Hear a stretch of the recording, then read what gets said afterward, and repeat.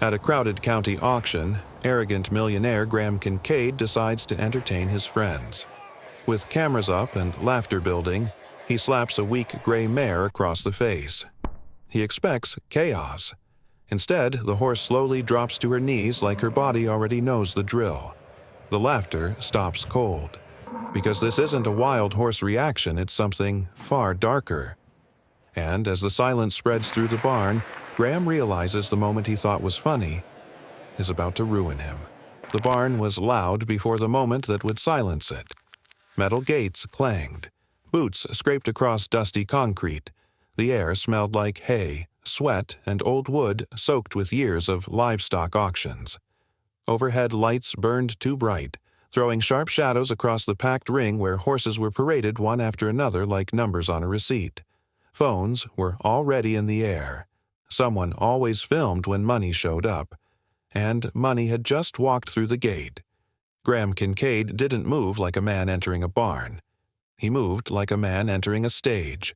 Tailored jacket, polished boots, the relaxed confidence of someone who had spent his life buying whatever stood in front of him. Conversations paused as he stepped closer to the ring. People leaned toward each other. Someone whispered his name.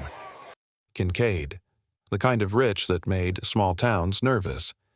He smiled easily, shaking hands, clapping a few shoulders. The kind of smile that suggested he enjoyed being watched. Inside the ring stood the next lot. A gray mare. Thin ribs under a dull coat.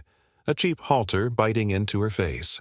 Her head hung low, but her eyes were wide wet, alert and exhausted in a way that didn't belong to a simple auction horse. Her name, though few people here knew it, was Mercy.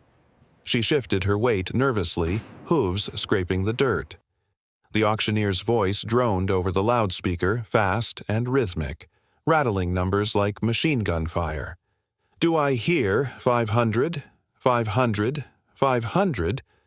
But no one was really listening, because Graham Kincaid had stepped down into the ring. Someone near the railing laughed. Go on, Graham. Show us. Another voice joined it. Bet she jumps. The laughter spread like dry grass catching a spark. Graham turned toward the mare slowly, studying her like an object that had already been purchased in his mind. He tilted his head slightly, amused. Mercy lifted her eyes toward him. And in the shadows near the gate, a teenage boy froze. Noah Briggs had been working the auction since dawn, hauling water buckets, opening gates, keeping quiet. He knew when to stay invisible. But now his hands tightened around the metal rail, because he recognized the look on Graham Kincaid's face, the same look he'd seen once before. Graham raised his hand. Across the ring, a woman in the crowd shifted uneasily. Lena Hart hadn't planned to watch this lot. She had only come to the auction to pick up discounted medical supplies for the rural clinic where she worked, but now she couldn't look away. Graham's hand hung in the air for half a second, long enough for someone to lift a phone, long enough for someone to whisper, "Do it again." And then it happened. The sound cracked through the barn. A sharp, flat slap. Graham's palm struck the mare's face with casual force, like a man testing a piece of equipment. Mercy's head snapped sideways. For a split second, the barn erupted with laughter. A few whistles. Someone clapped. One. Because cruelty always feels funny when people think nothing will answer back. But Mercy didn't rear. She didn't bolt. She didn't kick. Instead, something stranger happened. Her legs folded, not clumsily, not from panic, but with the eerie precision of something practiced. The mare dropped to her knees. Dust lifted around her legs as her body sank down into the dirt. Her head lowered toward the ground as if surrender had been wired directly into her muscles. The laughter cracked in half, because something about it was wrong. Wild horses explode, broken horses collapse, and this looked like obedience. A hush slid through the barn like cold air under a door.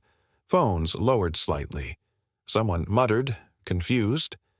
In the shadow near the gate, Noah's voice slipped out before he could stop it, barely louder than breath. "Please." His throat tightened. Please don't make her do it again. The words hung there, too soft for most people to hear, but Lena heard them. She turned toward the boy instinctively. His face had gone pale, his eyes fixed on the mare like he was watching something terrible repeat itself. Not surprise, recognition. And suddenly Lena felt something twist in her chest, because she had spent years around injured animals, years around fear, and fear had patterns. Mercy remained on her knees in the dirt, trembling faintly, head lowered as if waiting for the next command. Graham looked down at her. For a moment his expression shifted, confusion flickering behind his easy smile. Then the smile returned. He glanced toward the crowd like a magician who had just pulled off a trick. "Well," he said lightly, brushing dust from his sleeve, "that was easy." A few people laughed again, weaker this time. But the moment had changed. Something invisible had entered the room, something heavy. Lena didn't realize she had started moving until she felt the metal railing under her hand.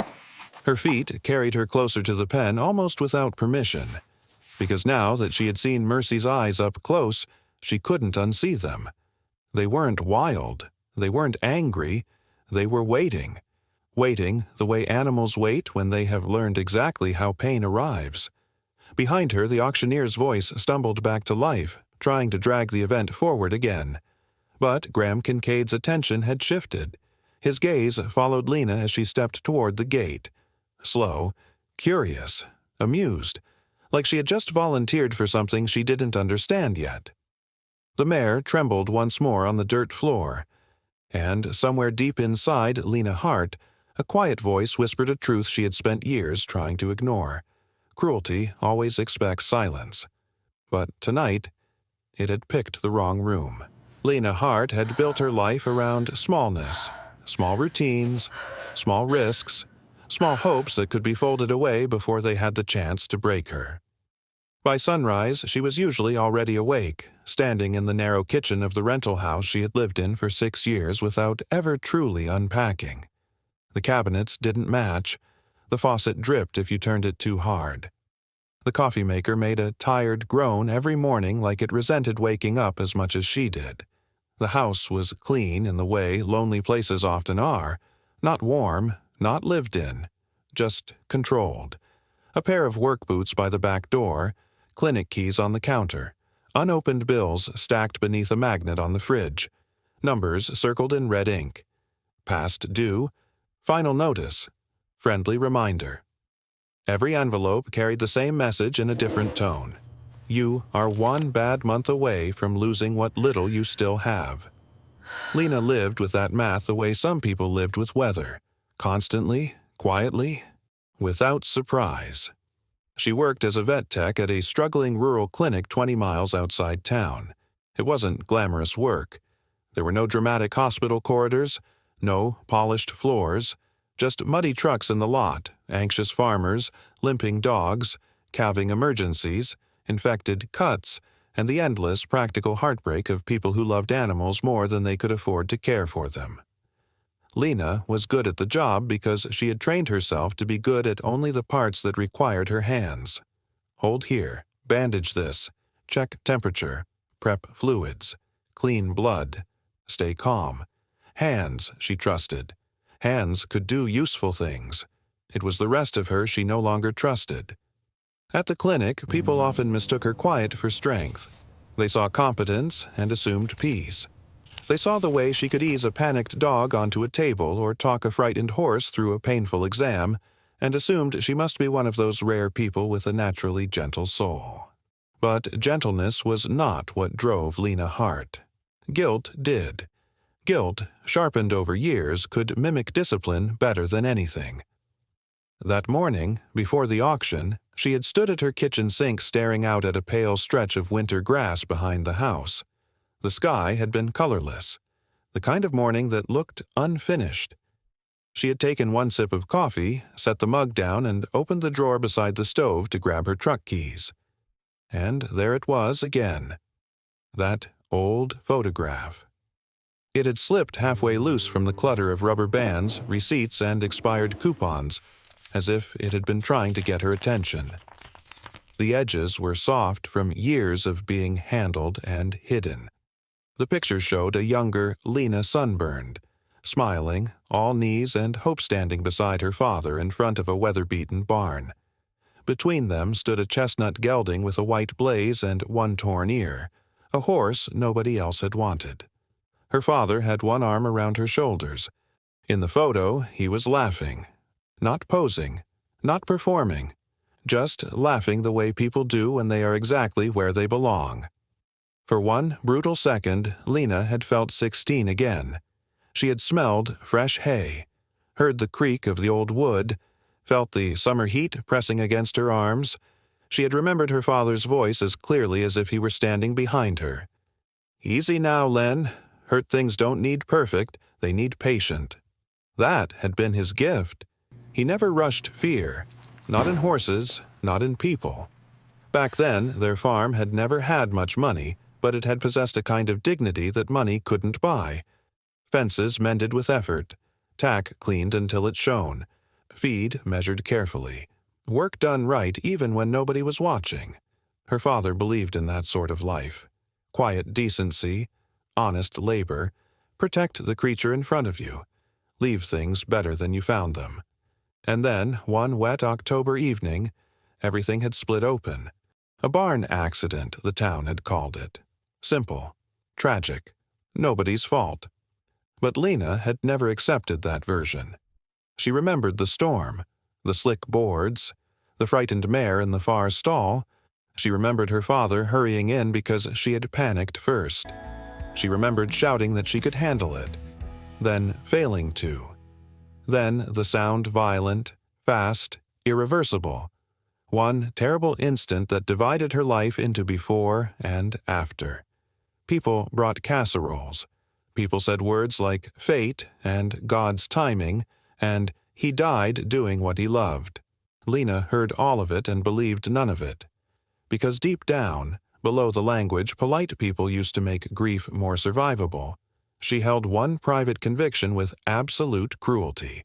If she had stayed calmer, he would have stayed alive. That belief had followed her into adulthood like a shadow with teeth. It had shaped the house she rented, the job she kept, the relationships she never let fully bloom, the way she smiled politely when someone tried to know her too well. People in town occasionally asked why she never married, why she never moved away, why she always looked like she was bracing for something only she could hear. Lena would shrug and say she was busy. Busy was easier than honest. The truth was uglier. She had learned the lesson too well. Love can cost you everything. Attachment can turn in a second. The things you try hardest to save can still be taken from you while your hands are still reaching. So Lena had made herself smaller, safer. She became a woman who handled emergencies for other people and then went home alone before sunset. A woman who remembered birthdays but never made plans. A woman who could thread an IV catheter into a trembling leg without flinching, but kept every real feeling locked behind the same tired phrase. "It's not my problem."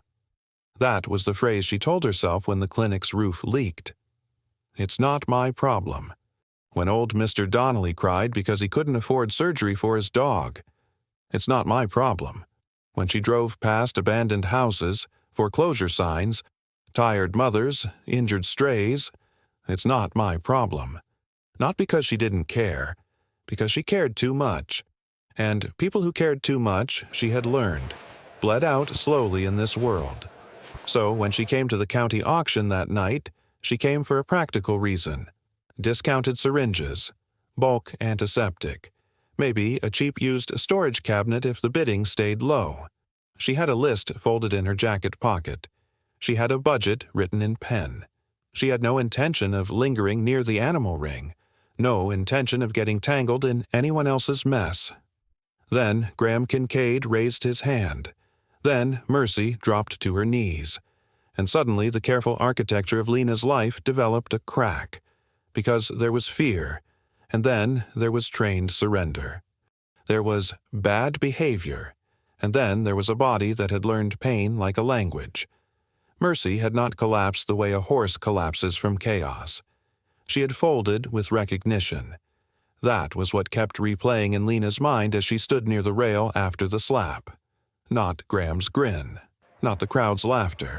Not even the boy's whisper. It was the mare's knees hitting dirt as if some invisible hand had pulled a string inside her. That kind of reaction did not happen by accident. That kind of reaction got built, and Lena knew enough about injured creatures, animal and human, to recognize one thing above all else. Fear with a routine was the most dangerous kind.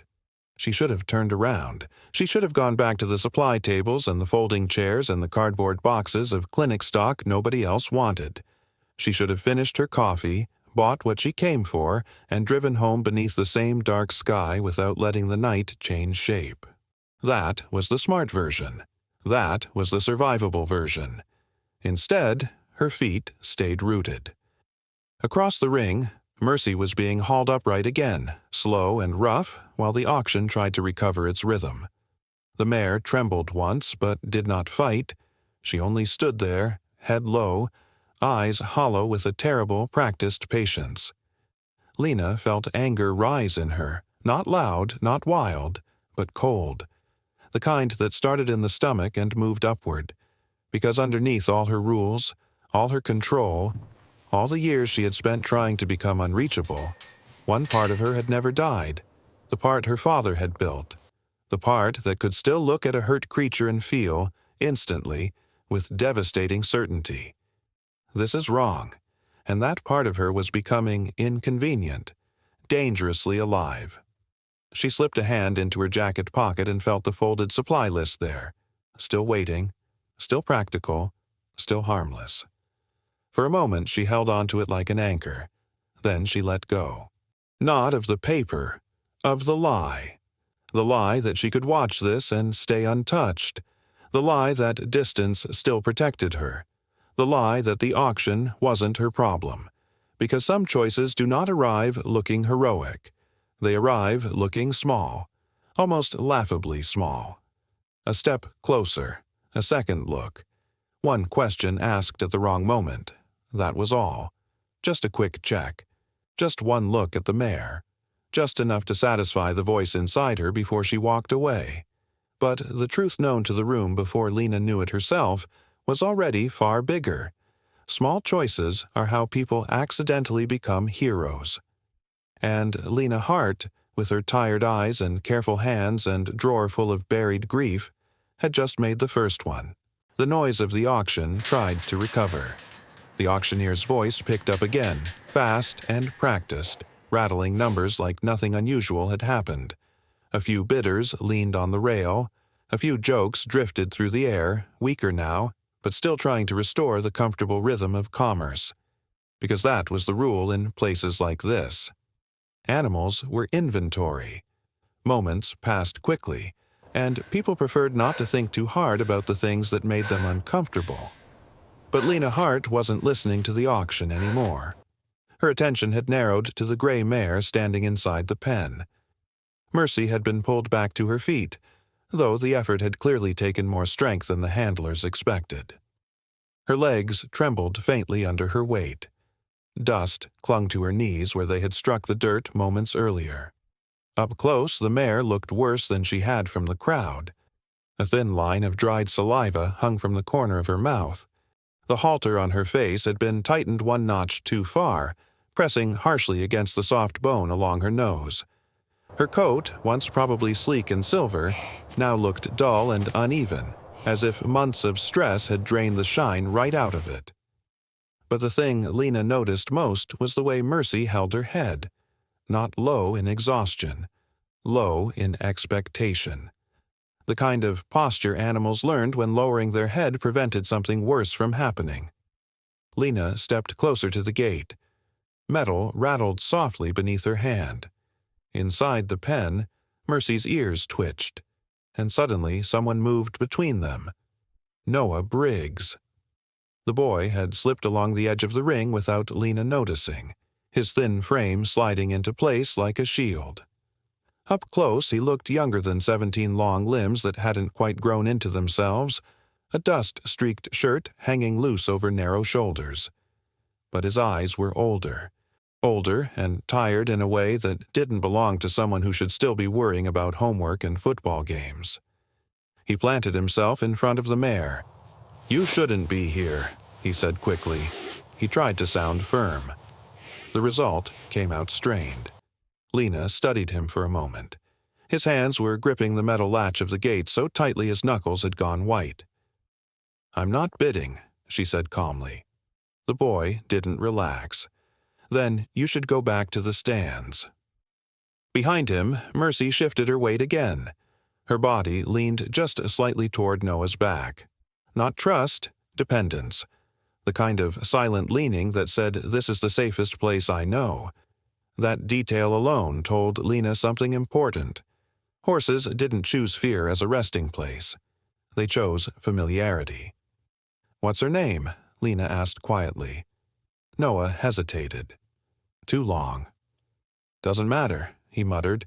"That wasn't the question." The boy's jaw tightened. "Just a horse." Lena let the silence sit between them. Behind Noah's shoulder she could see Mercy's eye again. The white edge of it flickered slightly as someone nearby dropped a metal bucket. The mare flinched, but she didn't move away. She stayed exactly where she was. Waiting. Lena had seen that look before. Once in a dog that had spent months tied to a chain behind a trailer park. Once in a mule that had been beaten until it stopped resisting halters entirely. Animals who had learned the most dangerous lesson of all. Resistance only made things worse. Lena crouched slightly beside the gate. "Her lips swollen," she said. Noah's head snapped toward her. "You a vet or something?" "Vet tech." She nodded toward Mercy's face. "And those marks under her jaw didn't come from a bad day." Noah swallowed. "Like I said," he replied quickly, "she's just skittish."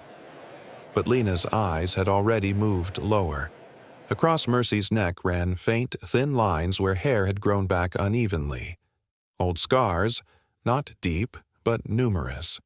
The kind that built slowly over time. The halter marks were worse. The rope had been jerked hard and often enough to leave a permanent ridge beneath the hair. Lena spoke again, softer this time. "Who taught her to drop like that?" The question landed between them like a stone in still water. Noah didn't answer. He couldn't. His throat worked once as if he were trying to swallow words that refused to go down. For a moment, the only sound was the distant chant of the auctioneer and the restless shuffle of hooves inside neighboring pens. Then a slow clap echoed behind them. Lena turned. Graham Kincaid had wandered back to the edge of the ring. He leaned casually against the metal rail, one boot hooked loosely over the lower bar as if he had all the time in the world. Which, in a way, he did. Money bought patience. And control.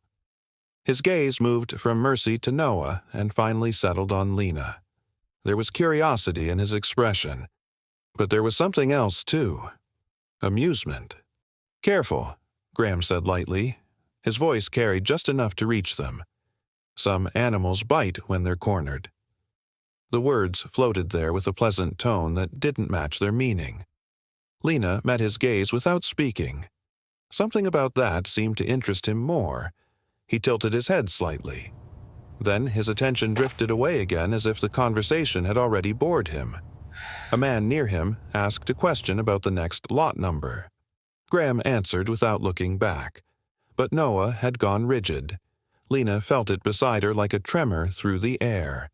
The boy wasn't staring at Mercy now. He was staring at Graham. And fear had taken on a sharper edge inside his eyes. Not the nervous fear of a kid out of his depth. The fear of someone who knew exactly what kind of trouble he was standing near. Lena leaned slightly closer to the gate. "Why would he recognize her?" she asked quietly. Noah didn't respond at first. His fingers tightened on the latch again. Across the ring, the auctioneer called out a new number. A few half-hearted bids followed. The barn's noise swelled and dipped around them like waves. Finally, Noah spoke, barely above a whisper. "You should leave." That's not an answer. His voice cracked slightly. Please. That word carried something deeper than fear. Desperation. Lena waited. The silence stretched long enough for Noah to realize she wasn't going anywhere. He glanced over his shoulder toward Mercy. The mare had lowered her head again, breathing slowly through flared nostrils. Her body still leaned faintly toward him. The boy exhaled once, shaky. Then he leaned closer to the gate. His voice dropped to a breath. If he buys her. Noah's eyes flicked toward Graham across the ring, then back to Lena. She disappears. The barn noise returned in waves. The auctioneer's voice pushed forward again, forcing the evening back into motion as if the strange moment in the ring had been nothing more than an interruption. Bids rose and fell. Boots scraped across the concrete. Somewhere behind the crowd, a soda can cracked open with a sharp hiss. But inside the narrow space beside Mercy's pen, the world had slowed. Noah's whisper still hung between them. If he buys her. She disappears. Lena didn't answer right away. Instead, she studied the mare. Mercy had stopped trembling as violently as before, but her breathing was still shallow. Every few seconds her ears twitched nervously at the noise in the barn. Yet the rest of her body remained strangely still, like an animal that had learned not to move unless movement was demanded. Lena had seen horses collapse from exhaustion. She had seen them bolt from fear. What she had not seen often was this strange mixture of obedience and dread. She reached through the bars slowly, palm open. Mercy flinched. Not backward, not away, but downward, her head lowering a few inches as if bracing for another blow. Lena felt a cold knot tighten in her stomach. There it was. The first clue. The body tells the truth. Lena touched the mare's cheek lightly, careful, patient. The skin felt warm. Too warm. She slid 2 fingers beneath Mercy's lip and lifted gently. The gums were pale, not the healthy pink of a strong animal. Pale and dry, the color of stress and dehydration. She's crashing, Lena murmured. Noah blinked. What? She's dehydrated. Her circulation's off. And those tremors. Mercy's flank twitched faintly under Lena's hand, as if the muscles themselves were struggling to hold together. That's stress shock. Noah stared at her. I told them she was fine, he said quickly. But the words came out weak, because even he knew they weren't true. Lena let Mercy's lip fall gently back into place. The mare exhaled through her nose in a soft, tired breath. She's not difficult, Lena said quietly. She's breaking. Noah looked away. His eyes moved across the ring where Graham Kincaid was now laughing with a group of men near the rail. And that was when the second clue revealed itself. Someone behind them said the name. Kincaid. It was casual, just a bidder muttering to his friend, but Noah reacted like someone had fired a gun. His shoulders snapped tight. His grip on the gate hardened instantly. Lena noticed the change. She followed his gaze. Across the barn floor, Graham leaned comfortably against the rail as if he owned the air in the room. A few men were already discussing the next horse he might buy. The kind of men who admired power more than they questioned it. Lena turned back to Noah. You're afraid of him? No, Noah said quickly. Too quickly. She didn't argue. She only watched.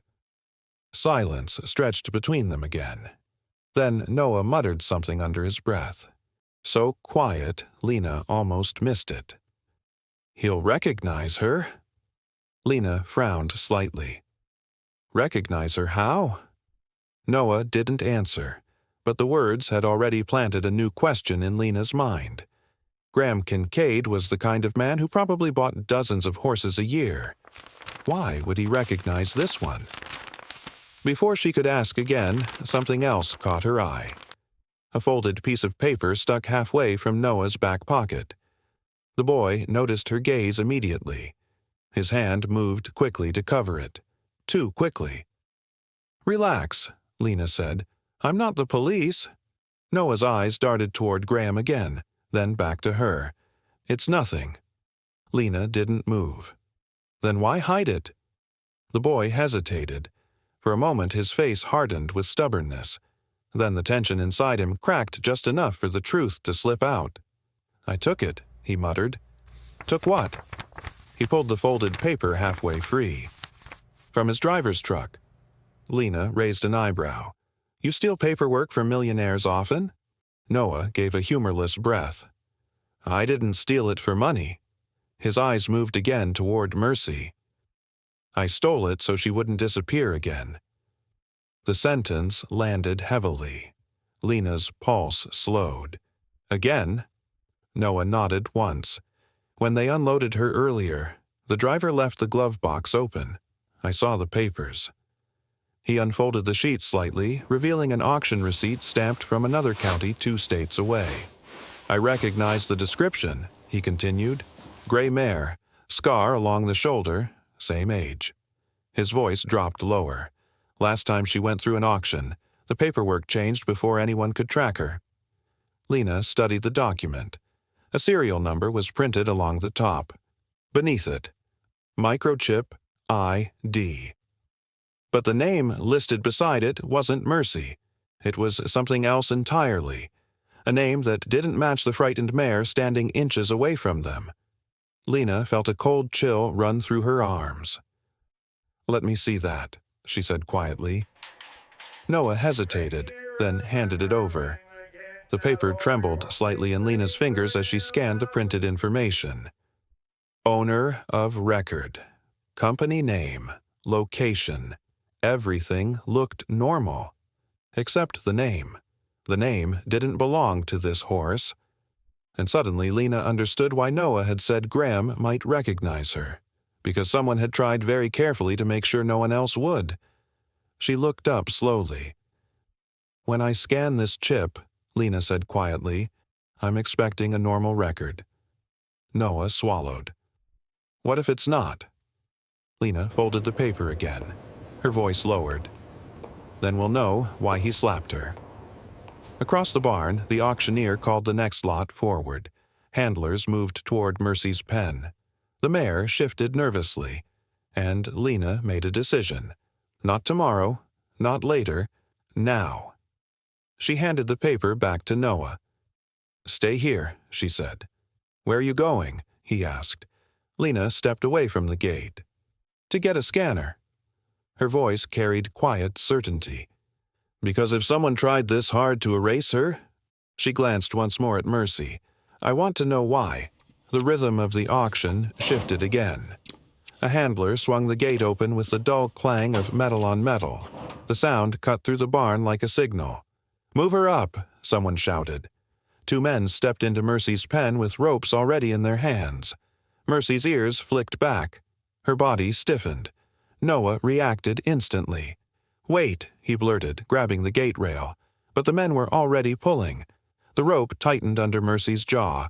One of the handlers jerked the lead line forward impatiently. Come on, girl. Mercy took a step, then another. Her legs trembled violently beneath her weight. The moment she reached the edge of the ramp leading toward the transport trailer, her hooves slipped slightly against the wooden boards. The crowd groaned, not in concern, in annoyance. She's useless, someone muttered. Just load her. Across the ring, Graham Kincaid lifted one finger lazily. The auctioneer saw the gesture immediately. Sold, the man barked. His gavel cracked against the podium. Lot 32 goes to Mr. Kincaid.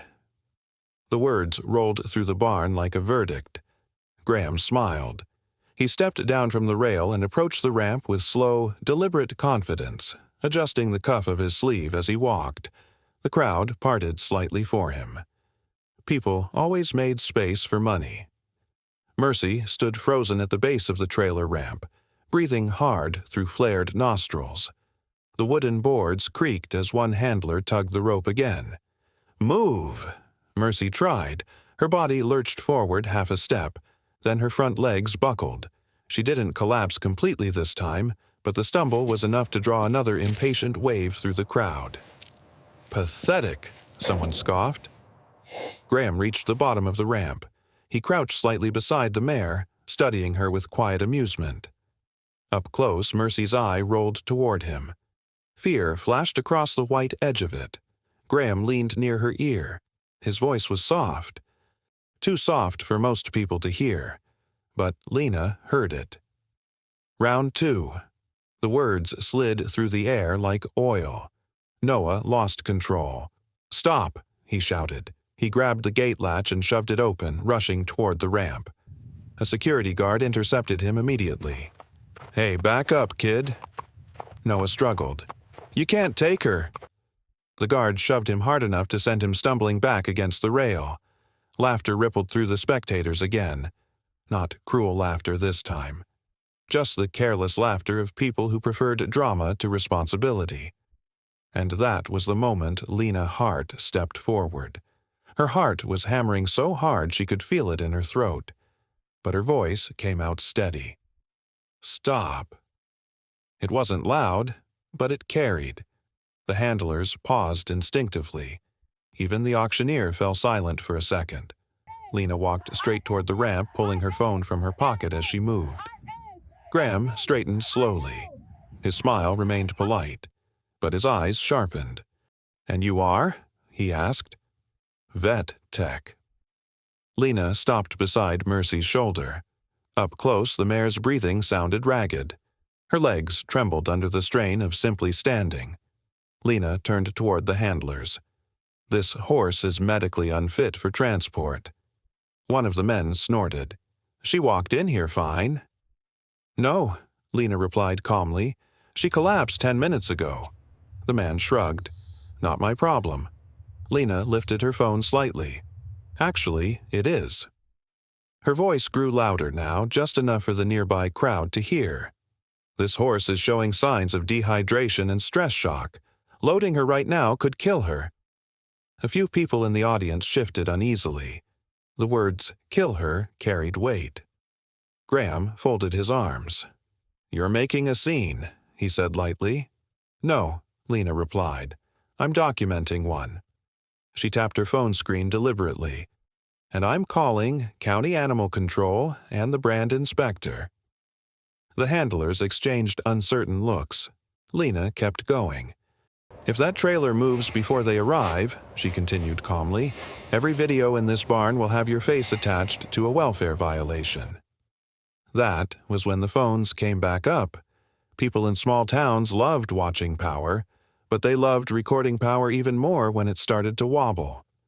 A man near the rail lifted his camera higher. Another stepped closer.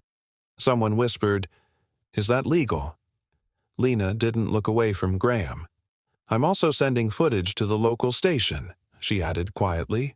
The words landed harder than any shout. Public attention was the one thing money couldn't completely control. For the first time since entering the ring, Graham's smile tightened. Just slightly. "You're a vet tech," he said, "not law enforcement." "True." Lena slipped the phone back into her jacket pocket. "But I know the law well enough to make this expensive for you." Silence rippled through the barn. Mercy shifted beside her, breathing heavily. For a moment it looked like Graham might laugh. Instead, he studied Lena the way a gambler studied a card that might change the game. Then something outside the barn cut through the moment. Headlights. Bright beams swept across the dusty interior as a vehicle rolled slowly toward the entrance. The engine was quiet. Too quiet. The kind of engine that belonged to something expensive. The barn doors creaked open wider, and a black SUV eased into view. The vehicle stopped just beyond the threshold. Its windows were dark. Its paint reflected the harsh barn lights like polished glass. The engine shut off. No one stepped out immediately. The silence inside the auction barn thickened. Even Graham turned his head slightly toward the entrance, because everyone in the room could feel it now. This wasn't animal control. This wasn't rescue. This was something else. Something patient. Something used to arriving late and still taking exactly what it came for. The tension in the barn lingered long after the SUV headlights faded from the doorway. For a few stretched seconds, no one moved. Then the practical machinery of rural authority arrived in pieces, less dramatic than people imagined, but far more effective. A county truck pulled in next. White door, faded seal, the kind of vehicle people ignored until they realized the person stepping out carried quiet legal weight. Behind it came another pickup, and another. The barn, that had been a place of laughter 10 minutes earlier, had slowly turned into something else entirely. A scene. Graham Kincaid noticed it too. Money gave a man confidence, but public complications gave him something else. Caution. He looked at Lena one more time, measuring.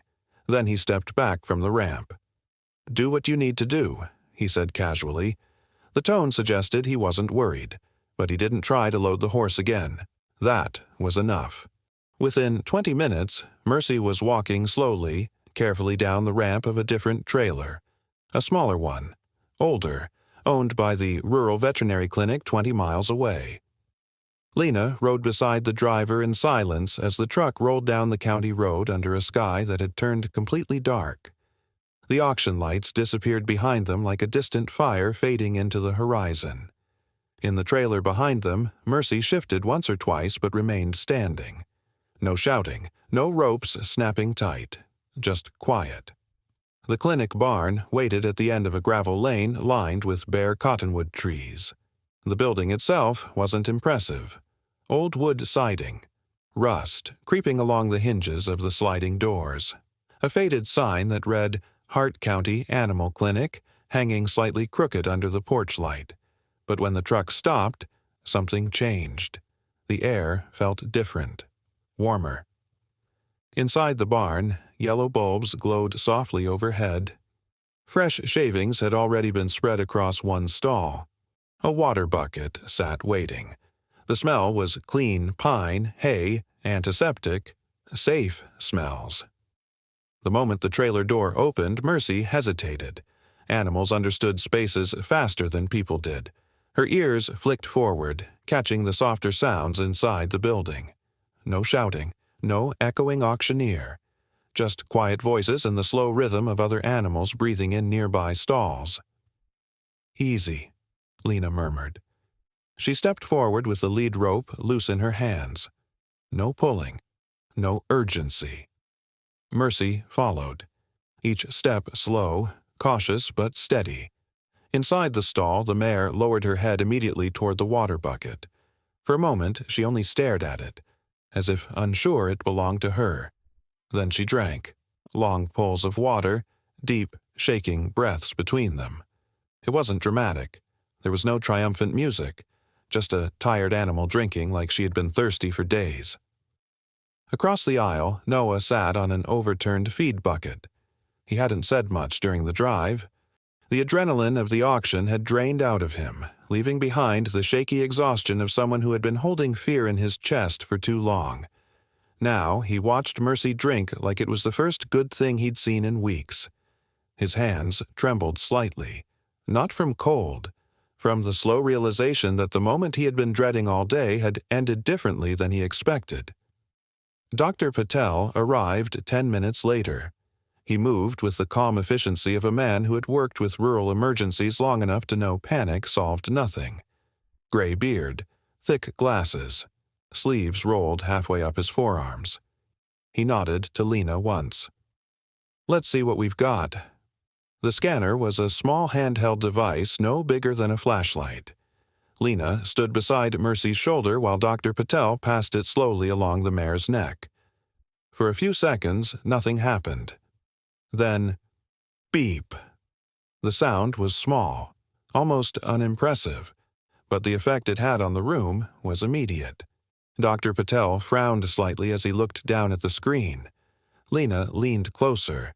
She expected to see what every microchip scan usually revealed: a name, an owner, a normal record attached to a normal animal.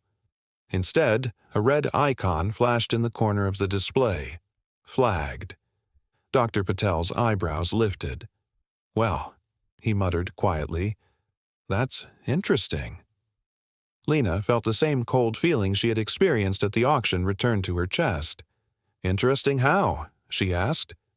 Dr. Patel tapped the screen again. The information scrolled slowly. Owner records, transfer entries, movement logs, and, right at the top, a notice attached to the identification number. Previous report, missing therapeutic animal. For a moment, the only sound in the barn was Mercy's quiet drinking. Then Noah spoke. His voice cracked halfway through the first sentence. "I told you." He leaned forward on the bucket, elbows on his knees, staring at the dirt floor. "He didn't slap her for laughs." Lena looked at him. Noah finally raised his eyes. There was anger there now. Anger and shame tangled together. "He does it," Noah said slowly, "because he likes what happens after." The words hung in the warm air of the barn, and suddenly Mercy's collapse in the auction ring made a terrible kind of sense. Before Lena could ask the next question, the barn door rattled sharply. Everyone turned. Someone was outside. Not knocking politely, testing the handle. A second later, the door swung open with a hard scrape across the floor. Cold night air rushed into the warm barn, and in the doorway stood the last person Lena Hart expected to see so soon. Graham Kincaid. He stepped inside slowly, brushing dust from his sleeve as if he had merely followed them out of mild curiosity. But the look in his eyes said something else entirely. Behind him, the black SUV waited in the darkness. Engine silent. Patient. Like a predator that had simply taken the long way around. Cold air followed Graham Kincaid into the barn. For a moment, the warmth that had settled around the stall seemed to retreat, as if the building itself understood the kind of presence that had just crossed its threshold. Graham paused just inside the doorway, taking in the scene with quiet interest. Mercy in the stall. Dr. Patel beside the scanner. Noah frozen on the feed bucket, and Lena Hart standing with one hand resting lightly against the mare's neck. His eyes settled on Lena first. "You do move quickly," he said. The tone sounded almost impressed. Almost. Lena didn't answer immediately.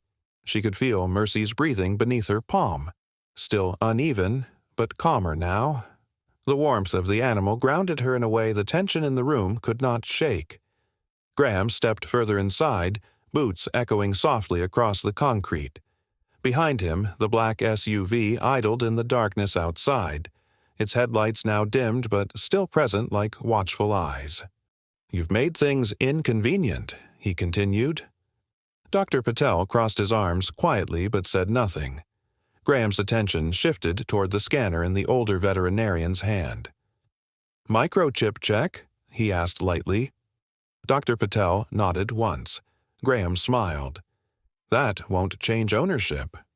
His gaze returned to Lena. "Horses are property." The word landed heavily. Property. Lena finally stepped forward. "And injured animals can't legally be transported," she replied calmly. Graham's smile widened slightly. "You're a vet tech." "Correct." "You're not law enforcement." "Also correct." He tilted his head. "Then let me simplify things for you."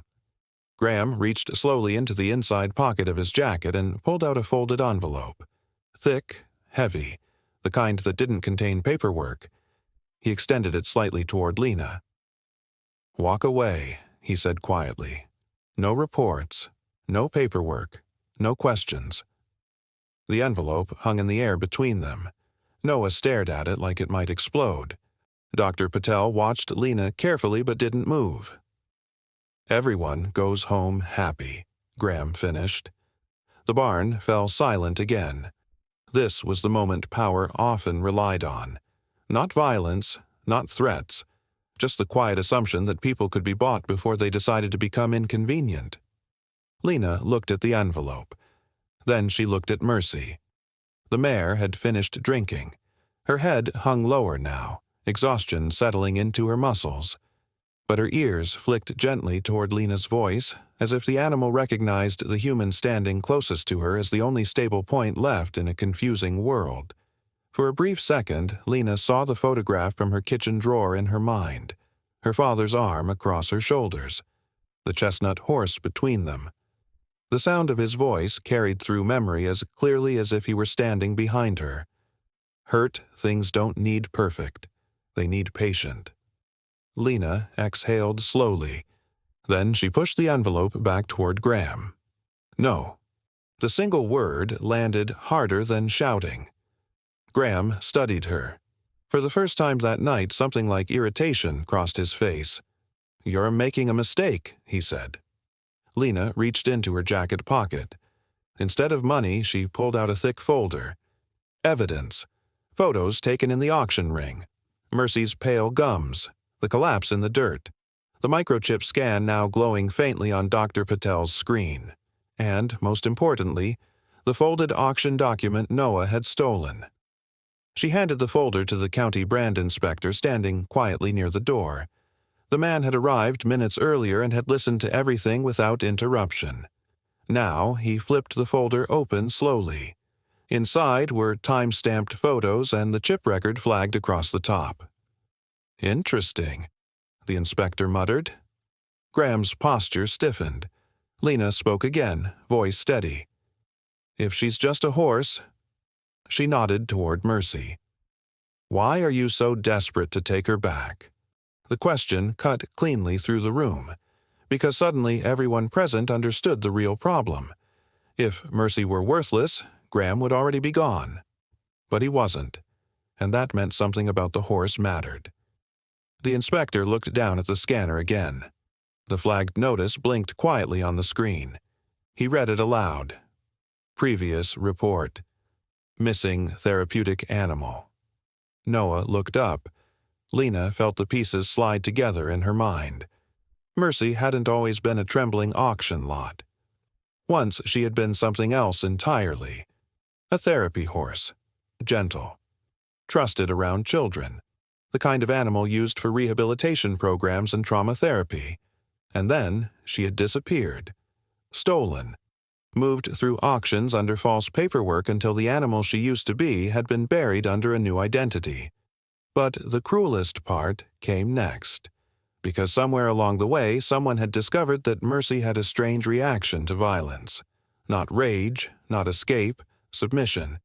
Her body had learned a terrible reflex. Violence leads to surrender. A conditioned response built slowly through repeated cruelty. That was why she dropped to her knees. Not weakness, training. A quiet murmur spread through the barn.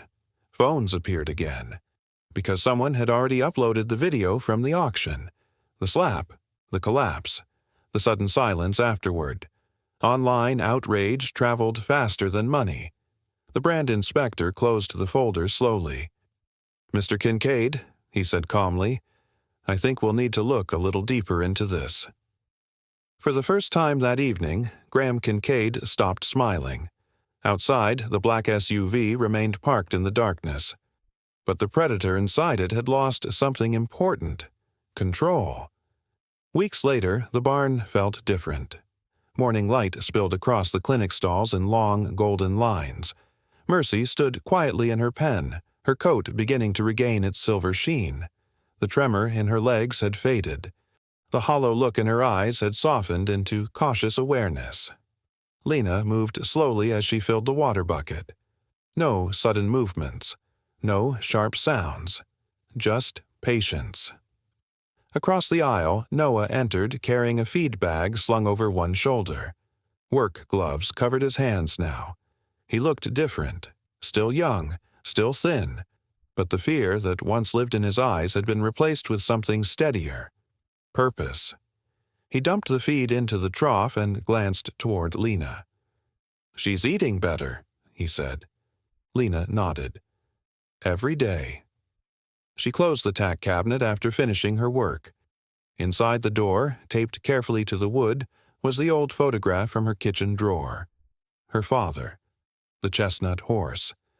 The life she once believed had ended forever. Now it hung there not as a memory of loss, but as a promise. Mercy lowered her head and nudged the stall door gently. Lena rested a hand against the mare's neck. Outside, the world continued its usual noise. Traffic, wind, voices. But inside the barn, something quieter existed.